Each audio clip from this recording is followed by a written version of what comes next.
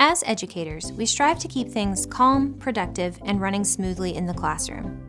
However, occasionally there can be different reactions or needs of students that make this difficult and a problem arises. You may encounter this in a special education classroom due to the diverse needs of your students. Teachers need to establish a plan to be prepared, respond accordingly, and restore the equilibrium in the classroom if this occurs. In this video, we are going to talk about best practice strategies you can put in place to help prevent a crisis from actually happening, as well as how to manage a crisis if one occurs. Let's get started. Ideally, the best approach would be to prevent the crisis before it occurs. Instead of adding more components after the event, mitigation will minimize the need for a response. One way to support this idea is by creating a classroom environment where students feel comfortable, know the structure, and feel like their needs are being met. The first strategy for prevention is to get to know and connect with your students as best as you can. Establishing this rapport can help you to understand their triggers as well as what their likely reaction will be in case something overstimulates or upsets them. If an incident has occurred previously in a different class or school, it's important to examine the data in order to understand what caused it and what diffused it. Consider the relationship or conflict between the different personalities and disabilities of the students in your classroom, and try to place them in areas where they are less likely to be triggered. In addition, allowing for breaks and calm periods where students have the opportunities to reset if they begin to feel overwhelmed can be helpful. Unfortunately, not all situations can be prevented, even with the best of intentions. An integral part of a school's approach to safety is crisis management, which focuses on an immediate, problem-oriented intervention with the objective of identifying, handling, and resolving the crisis. In order to meet the needs of crisis situations, each school should establish an individual school crisis management team. As a next step, all members of the school staff should be prepared ahead of time so that each individual knows what their responsibilities are in case a situation arises. Many children with IEPs have behavioral intervention plans, and some children will have crisis plans included in those intervention plans. The purpose of a crisis plan is to formulate an action plan when a student is in danger of harm to themselves or to others. The committee that develops this plan should be made up of people that know the student well and are familiar with their disabilities, symptoms, reactions, and triggers, as well as someone who is trained in mental health crisis response. Similar to all other parts of the IEP, a crisis plan should be regularly reviewed and adjusted as the student grows and changes. When designing the crisis plan, the committee should remember that while many factors can lead to a crisis, there are 4 situations which most often lead to a crisis.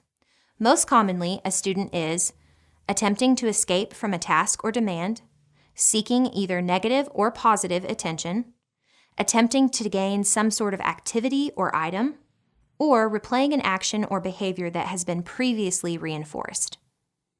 Medical, emotional, or environmental conditions can also influence a situation and create increased potential for a crisis. The crisis plan should include specific components which, in the event of crisis, will help determine what type of crisis it is, specify who will be contacted for help, and determine what kind of help is available.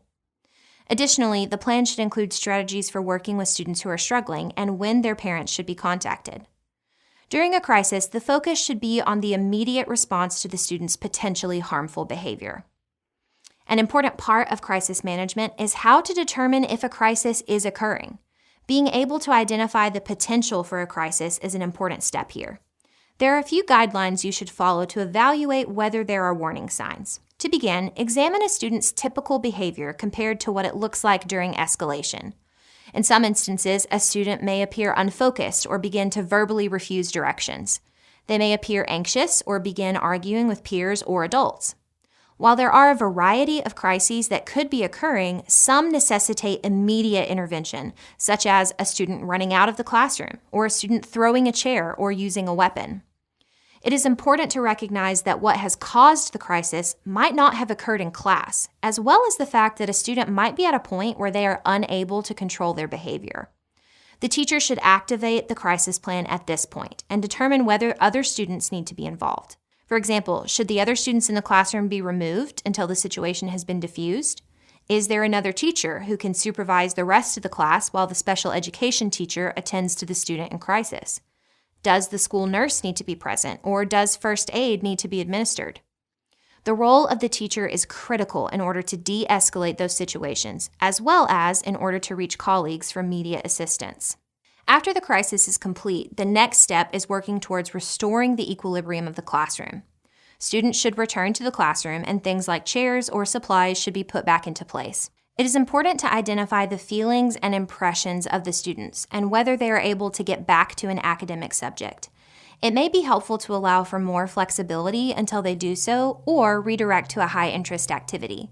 In addition, students should have supervised personal space and a chance to cool down. It is important to go back to the norms of the classroom by positively reinforcing displays of appropriate behaviors.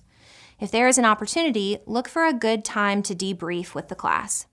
Emotional responses can be common for students, specifically for ones with disabilities, based on side effects, medications, frustrations, or environmental stimulation. For special educators, it is important to be prepared for a crisis situation, both to prevent them as well as to manage them appropriately when they arise, and to return the classroom to a sense of comfort, productivity, and safety. I hope you have enjoyed this video on crisis management and prevention. Thanks for watching, and happy studying.